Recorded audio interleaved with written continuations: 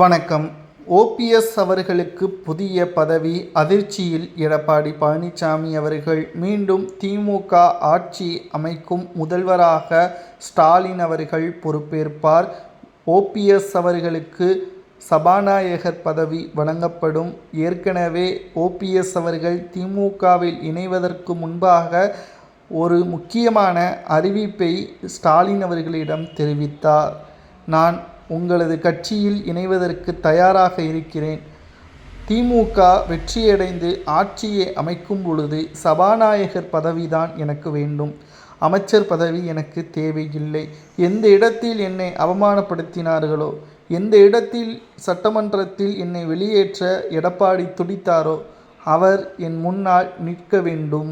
எனது சமுதாயத்தை இழிவாக பேசினாரோ அதற்கு அவர் மன்னிப்பு கேட்கக்கூடிய வகையில் ஒவ்வொரு நாளும் மரியாதையாக என்னிடம் பேச வேண்டும். அதற்கு சம்மதம் தெரிவிப்பீர்களா என்ற ஒரே ஒரு கோரிக்கையை மட்டும் ஓபிஎஸ் அவர்கள் ஸ்டாலின் அவர்களிடம் முன்வைத்தார். ஓபிஎஸ் அவர்களது கோரிக்கையை நிச்சயமாக நாங்கள் ஏற்றுக்கொள்கிறோம் என்று திமுகவும் தெரிவித்தது. தற்பொழுது திமுக வெற்றியடைவதற்கான கருத்து கணிப்புகள் வெளியிடப்பட்டு இருக்கக்கூடிய நிலையில் தனி பெரும்பான்மையோடு திமுகவே ஆட்சியை அமைக்கும். இதனால் எதிர்க்கட்சியாக அதிமுக செயல்படும். ஆனால் சபாநாயகராக ஓபிஎஸ் அவர்கள் கெத்தாக அந்த புதிய பதவியில் அமரும் பொழுது எடப்பாடி பழனிசாமி அவர்கள் அதிர்ச்சியடைவார். இது எடப்பாடி பழனிசாமி அவர்களுக்கு மிகப்பெரிய ஒரு சிக்கலையும், உடனடியாக அதிமுகவின் அவசர ஆலோசனை கூட்டமும் கூட நடைபெறலாம். தொடர்ச்சியாக 11 தேர்தல்களில் தோல்வி என்று எடப்பாடியின் மீது ஒட்டுமொத்த நிர்வாகிகளும் கேள்விகளை முன்வைப்பார்கள்.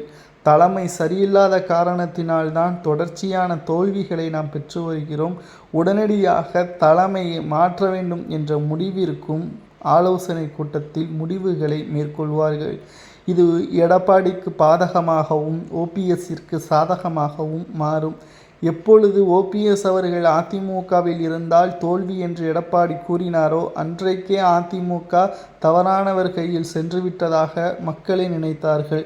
ஜெயலலிதா அவர்கள் ஓபிஎஸ்ஸை சாதாரணமாக 3 முறை முதல்வராக வைக்கவில்லை, நம்பிக்கைதான். ஆனால் எடப்பாடி சசிகலா அவர்கள் ஒரு முறைதான் முதல்வராக வைத்தார், துரோகம் செய்தார். தற்பொழுது சசிகலாவே புதிய கட்சி ஆரம்பிக்கக்கூடிய நிலைமைக்கும் தள்ளப்பட்டார். ஓபிஎஸ் அவர்களுக்கு சபாநாயகர் பதவி வழங்குவது சரியா தவறா என்பதை மறக்காம உங்களது கருத்துக்களை